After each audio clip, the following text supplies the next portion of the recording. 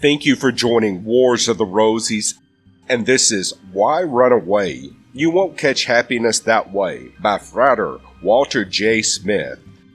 An article from Rosicrucian Digest, Volume 19, Number 12, January 1942. Why run away? You Can't Catch Happiness That Way by Frater, Walter J. Smyth. Often we hear people say that they are tired of their environment and the conditions surrounding their lives. In desperation, they make plans to leave everything and run away to some distant place, where they imagine things will be quite different. But after this drastic change has been made, we come to learn that these people are still dissatisfied, for in getting away from their old worries, they have only acquired new ones. These people mistakenly believe that by running away from evil, that evil can be avoided. This is not the case, for we are apt to forget that we cannot run away from the cause.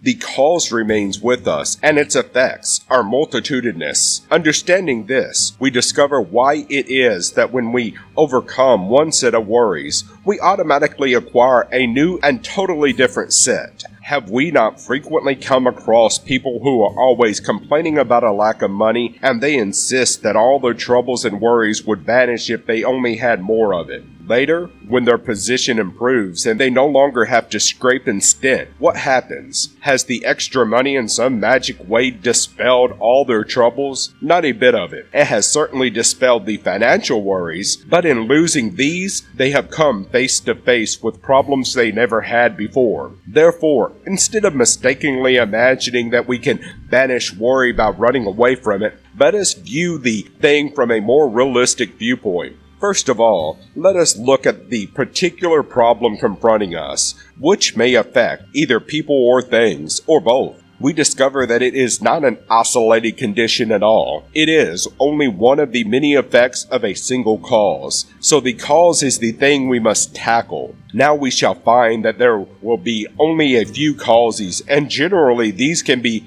narrowed down to one, and this one will produce a large number of effects. This one cause will be an elusive, abstract thing buried deep in the mind, but not so deeply that it cannot be unearthed and destroyed. To make this plainer, suppose we constantly work with somebody to whom we have taken a violent dislike. We shall finally reach such a stage that we can endure the other no longer, and may even give up our work and go to some distant place, in an endeavor to be rid of the individual and the conditions which have made life a misery for us. Do we succeed in getting permanent peace of mind by running away? We do not. It is true that we may never again see the person who caused our trouble, but our new environment will sooner or later produce someone else who will take the place of the other. Then we discover that we have merely changed the frying pan for the fire. Why must this be, you may ask?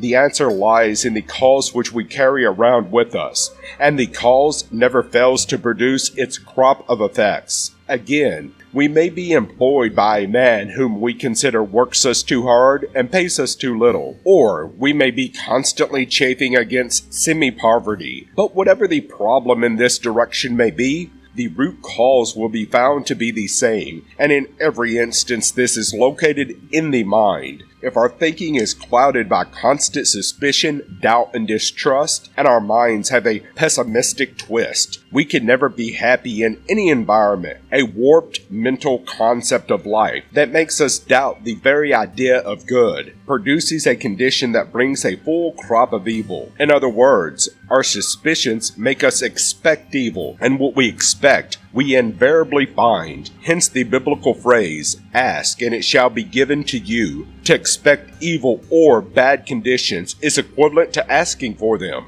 When our mental condition and lack of self-confidence makes things bad for us. We are like the fellow who is prepared to throw up his job and seek refuge in some far-off place, but we soon discover that there is no escape while we continue to harbor thoughts of resentment, suspicion, distrust, and general discontent. The things we run away from always reappear, and will continue to reappear until we change our outlook on life. We may not recognize them in some new gaze, but they will be nonetheless real on this account. Now, suppose we start today, and instead of harboring dislike and distrust for those we work with, we hold friendly thoughts. Do this, and you will marvel at the magical effect. No one can continually stand off a friendly person. Sooner or later, they will have to turn around and be friendly too. In the same way, dreary surroundings can be turned into a corner of heaven if the right mental attitude is adopted. Remember, to each one of us, everything is what we think it is. We make it either good or bad by our thinking. In itself, it is neither one thing nor the other. It is neutral. A farmer may be very pleased when he sees rain, for to him it is good. But the same rain will have a vastly different meaning for a picnic party. To them it will be bad. And so it is with all things. Therefore let us think right and be happy. Thank you for watching, and please don't forget to share, like, subscribe, and comment. And if you can, please consider donating towards the Rosies. Links to PayPal and Patreon are in the description. Thank you so very much.